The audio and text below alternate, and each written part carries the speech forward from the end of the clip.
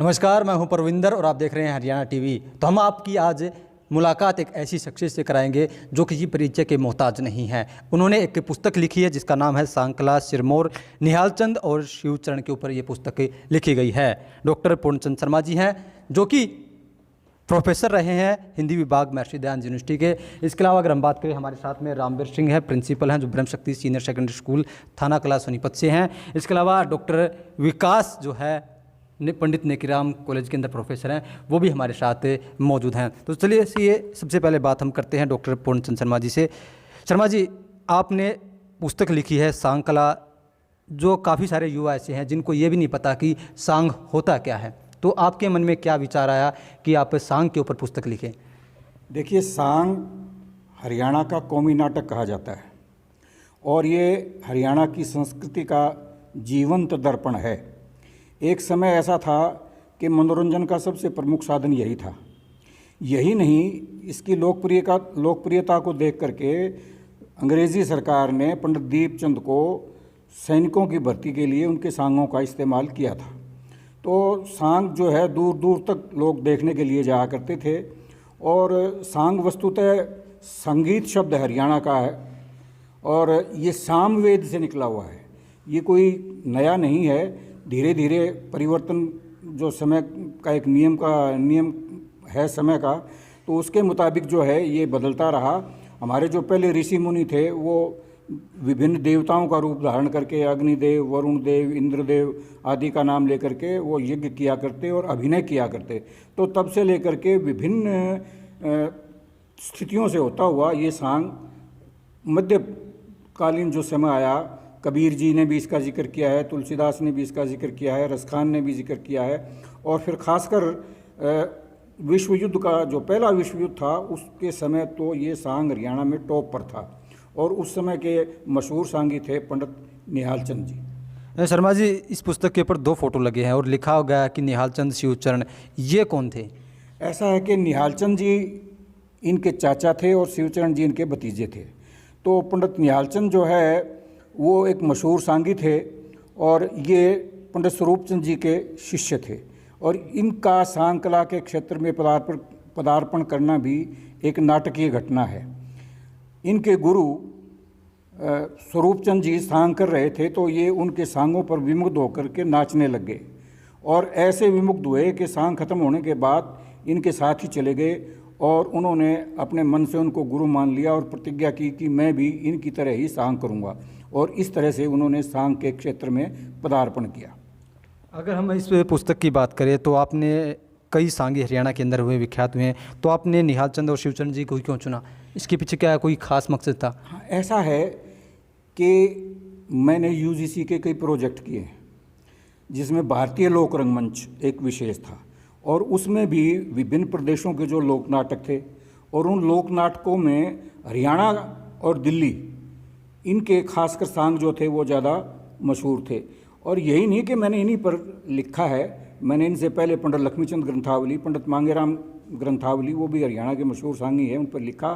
तो क्योंकि सांग हरियाणा का मैंने बताया कौमी नाटक है और सांग जितनी लोकप्रिय कला हरियाणा में और कोई नहीं है, तो इसलिए कि भाई इनका जो साहित्य है, सांग साहित्य है, वो भी हरियाणा के लोगों तक पहुँचे, उनको भी पता लगे कि वो किस तरह के भजन रागनी लिखते थे, किस तरह के दोहे लिखते थे और उनका उद्देश्य क्या था।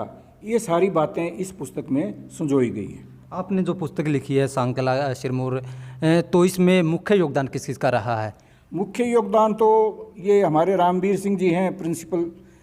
इन्होंने, क्योंकि ये इनके दादाजी थे और शिवचरण जी इनके पिताजी थे, तो सारे का सारा जो सामग्री है, विषय वस्तु है, वो तो सारी इन्होंने जुटाई और इसका संयोजन यानी समीक्षा, प्रतिपादन वो मैंने किया। इसमें कौन कौन से छंद हैं, इसमें कौन कौन से अलंकार हैं, इसमें कौन कौन से रस हैं, इनमें कैसे वेद और पुराणों की बातें हैं, उन सब को मैंने अपनी दृष्टि से स्पष्ट किया है। रामवीर जी, अगर बात करें निहालचंद की बात करें, शिवचरण जी की बात करें, आपकी परिवार से हैं ये, पिताजी दादाजी थे आपके, तो आपको क्या लगता है कि जो सांग कला आजकल जो पीछे रह गई है, क्या इसे आगे बढ़ाने के लिए प्रयास किया जाना चाहिए? क्योंकि खासकर हम युवाओं की जब बात करते हैं तो युवाओं जो आजकल जो नए नए संगीत आ रहे हैं उनकी तरफ भाग रहे हैं।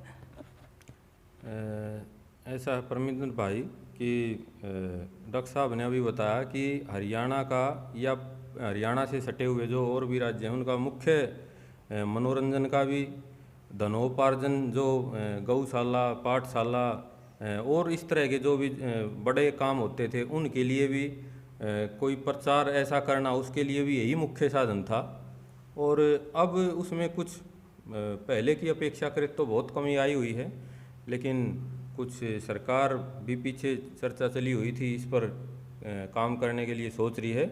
और इसको जैसे क्रिकेट में टेस्ट मैच होते हैं, वनडे होते हैं, ये और घटते घटते आ गए, तो टेस्ट मैच में बारीकियों का पता लगता है, जैसे इसी तरह से संगीत वगैरह का जो भी हो, सांग से बहुत ज़्यादा पता लगता है। तो इस पर सबको ध्यान देना चाहिए, ऐसी मैं जो है अपेक्षा सबसे रखता हूँ। शर्मा जी, अगर हम पुस्तक की बात करें तो पुस्तक में खासियत क्या है, क्या मुख्य बिंदु इस पुस्तक के अंदर? देखिए, पुस्तक में जो कुछ उन्होंने लिखा, जो अभिनय किया और जैसी हरियाणा की संस्कृति थी, हरियाणा के तीज त्यौहार, मेले, खान पान, पहनावा आदि सबका जिक्र किया है। अभी आपने रामवीर भाई से एक बात पूछी थी, वो पूरी तरह ये आपको स्पष्ट नहीं कर सके कि अब सांगों के विषय में फिर से प्रचलन हो गया है और कुरुक्षेत्र यूनिवर्सिटी अपने युवा समारोह में हर वर्ष सांगों की प्रतियोगिता करवाती है और उसमें 5 जोन हैं। 5 जोनों में कम से कम हर जोन में 4-4, 5-5 जो है वो सांग प्रस्तुत किए जाते हैं और उनसे जो छंट करके आते हैं वो रत्नावली एक समारोह होता है कुरुक्षेत्र में, उसमें से फर्स्ट, सेकंड, थर्ड जो पुरस्कार होते हैं और पहले वाले को 1 लाख पुरस्कार दिया जाता है, दूसरे को 51,000 और तीसरे को 31,000। तो इस तरह सांगों की तरफ आकर्षण लोगों का बड़ा है। एक बात मैं और कहूँगा, पहले के सांगों में और अब के सांगों में बड़ा अंतर है। पहले तो स्त्री का रोल भी पुरुष ही करते थे। हमारे एक बाजे भगत थे जो बड़ी बड़ी मूछें रखते थे, लेकिन उनको मूछों से इतना प्रेम था कि जब वो महिला का रोल करते थे तो भी वो घूंघट निकाल लेते थे और कभी कभी नाचते हुए वो घूंघट में से उनकी मूछें दिखाई दे जाती थी तो लोग हंसते थे। अब क्या है, अब ऐसा है कि क्योंकि सह शिक्षा का ज़माना है, कॉलेजों में इकट्ठे पढ़ते हैं स्त्रियां, लड़कियां भी और लड़के भी। लड़की का रोल लड़की करती है, लड़के का रोल लड़का करता है। इसलिए क्योंकि मैंने बचपन में सांग देखे हैं, मेरी उम्र हो गई 74 साल, तो जब मैं 10-12 साल का था तब से मैं सांग देख रहा हूँ। दूसरे गाँव में भी सांग देखने जाता था। तो तात्पर्य ये है कि अब के सांग जो हैं ज़्यादा आकर्षक हैं। पहले सिंपलिसिटी थी, लेकिन अब जो मेकअप वगैरह के साधन आ गए, आपके जो है ऑर्केस्ट्रा आ गया, तो इन सब से अब सांग, हाँ पहले सांग 3-3 घंटे होते थे, लेकिन अब सांगों की अवधि 1.5 घंटा कर दी गई है ज़्यादा से ज़्यादा। तो इसलिए अब थोड़े से संक्षिप्त रूप में सांग होते हैं, लेकिन सांगों के प्रति रुझान अब फिर बढ़ता जा रहा है। शर्मा जी, अगर बात करें, जब मैं बचपन में था उस टाइम अगर रागनियाँ होती थी, सांग होते थे, तो पूरा गांव जो है देखने के लिए जाता था, लेकिन आजकल वो भीड़ नज़र नहीं आती, तो वजह क्या है? नहीं, ऐसा है कि देखिए, मैं आपकी इस बात से सहमत नहीं हूँ। जहाँ तक मैंने सांग देखे हैं और मैंने अभी जिक्र किया, मैं इन सांगों में निर्णायक की भूमिका में भी जाता हूँ। कुरुक्षेत्र में मैंने देखा है, जो इतना बड़ा पंडाल लगता था कि मैंने अपने जीवन में, विद्यार्थी जीवन में या बचपन में नहीं देखा था। और जब दूर दूर के जो गांव हैं, बूढ़े बूढ़े लोग जो हैं उन सांगों को देखने के लिए आते हैं और भीड़ इतनी हो जाती है कि वहाँ भी तिल रखने की जगह नहीं रहती। हाँ, ये बात ठीक है आपकी कि गांव में जो आयोजन है वो अपेक्षाकृत छोटे हो गए हैं। लोग देखने तो आते हैं, लेकिन पहले जितनी भीड़ नहीं होती। इसका कारण है, इसका कारण ये है कि पहले तो केवल मनोरंजन का साधन सांग ही होता था। अब घर घर में टीवी हो गया है और लोग बाहर जाने की बजाय अपने घर ही बैठे बैठे बटन दबाया और जो चैनल चाहें वो देख लिया। इसलिए अब सांगों का अभाव खटकता है हमें। शर्मा जी, आपसे एक आखिरी सवाल करना चाहूँगा। आपने जो पुस्तक लिखी है, तो आप युवाओं से, बड़े बुजुर्ग जो भी व्यक्ति है, आप उनसे क्या कहना चाहेंगे पुस्तक को लेकर? मैं ये कहना चाहूँगा कि अगर हमें अपनी संस्कृति को जीवित रखना है, हमारी जो संस्कृति है वो वैदिक है, उसमें सारी महाभारत की, रामायण की अंतर कथाएँ हैं। उसमें दमयंती का जिक्र है, सीता का है, अनसुईया का है ना, अरुंधति का है, और ऐसे ही हमारे जो वीर लोग हुए हैं उनका है। तो हमारा जो चरित्र निर्माण है वो हमारे वैदिक साहित्य से, पौराणिक साहित्य से ही संभव है। आज की रंभा हो जो संस्कृति है वो हमारे चरित्र के अनुकूल नहीं है। हम जो है पाश्चात्य संस्कृति के गुलाम होते जा रहे हैं। यदि हमें अपनी संस्कृति को जीवित रखना है तो हमें फिर से सांगों की ओर लौटना पड़ेगा। और सांगों में जो चरित्र चित्रण किया गया है, जैसे उदाहरण के लिए सावित्री का ही चरित्र है। अब वो देखिए, हमारे हरियाणा की महिलाओं के लिए एक मिसाल है पतिव्रत धर्म की। ऐसे ही अहिल्या का है, दमयंती का है, और ऐसे ही हमारे पुरुष हैं, राम हैं, कृष्ण हैं, शिव हैं।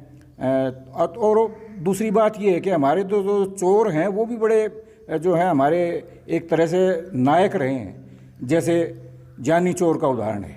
जानी चोर का सांग होता है तो जानी के साथ चोर लगा हुआ है, लेकिन वो कैसा चोर था? वो चोर भारतीय संस्कृति, हरियाणा की संस्कृति का उन्नायक था। वो लूटता था किनको? उन लोगों को लूटता था जो समाज को लूटते हैं, और उस धन को वो गरीबों में बांटता था। ऐसे ही एक सांग और है अरफुल जाट जुलानी का। ये तो बड़ा रिसेंट, यानी लगभग पिछले 100 साल की बात है। तो अरफुल जाट जो है गौ सेवा के लिए जो हत्थे थे उनको तोड़ता था, गौओं की रक्षा करता था, और भारत की जो गरीब जनता है उनकी सेवा करता था। किसी के यहाँ भात भरने वाला नहीं था तो वो भी गरीब बहन का भाती बन करके जाता था। तो हमारे यहाँ तो जो चोर डाकू हुए हैं वो भी आदर्श हुए हैं, उनका चरित्र भी अनुकरणीय है। शर्मा जी, ये पुस्तक जो लोग पढ़ने के इच्छुक है, ये पुस्तक क्या आराम से उन्हें बाजार में मिल जाएगी या कोई विशेष जगह जहाँ पर उन्हें पुस्तक प्राप्त होगी? नहीं, ऐसा है कि अभी ये पुस्तक पिछले हफ्ते ही छप करके आई है, इसका विमोचन नहीं हुआ है। हम ये चाहते थे कि इसका विधिवत विमोचन हो जाए और फिर ये जितने भी बुक स्टॉल हैं वहाँ पर मिलने लगेगी। अभी तो ये बेचने के लिए हमने नहीं निकाली है, और हो सकता है 1-1.5 महीने में जब ये कोरोना की स्थिति थोड़ी सी सुधर जाए तो इसका विधिवत लोकार्पण किया जाए, और उसके बाद ये जितने भी बाज़ार हैं, बाज़ारों में जो बुक स्टॉल हैं उन पे सब पे मिलने लगेगी। तो ये थे डॉक्टर पूर्णचंद शर्मा, जिन्होंने सांकला, सिरमौर, निहाल चंद और शिवचरण के ऊपर पुस्तक लिखी। हालांकि अभी तक इस पुस्तक का विमोचन नहीं हुआ, लेकिन उनका कहना है कि जल्द ही ये पुस्तक जो है बाज़ार में मिलने लगेगी। अगर आप भी सांकला प्रेमी हैं तो आपको ये पुस्तक ज़रूर पढ़नी चाहिए।